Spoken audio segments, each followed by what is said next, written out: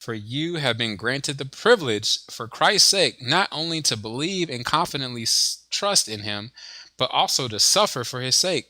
It's a privilege to suffer for Christ's sake? What? Huh?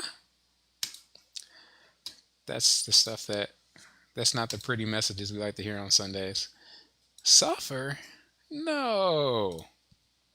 You mean I have to stand in line? We don't even like to stand in line for or sit in a drive-through line for anything, waiting for your Popeyes chicken sandwich, extra pickles. All right, verse 30, KJV. Having the same conflict which he saw in me, and now here to be in me.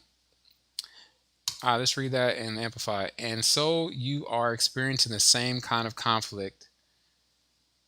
It's saying, I have a little note here. It says, Paul and Silas were beaten and imprisoned in Philippi during their first trip to the region.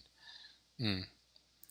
Last time I checked, I've never been whipped. I was spanked as a child, but like I've never been whipped because I profess to be a Christian. There are people around the world that have been whipped, flogged, beaten for professing Jesus Christ as Lord, and even unalived.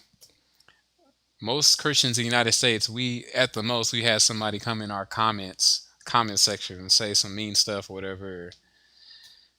That's like the extent to a lot of our persecution, or we might have been disowned by our family for saying we're a Christian, or some folks they've left the Muslim faith to become Christian. They might have been disowned by their family or whatever. For a lot of Christians in the United States, in the Western world, we haven't really experienced true persecution. You think this is because somebody called you out of your name or I don't know, said some mean stuff about you, and you call them a hater?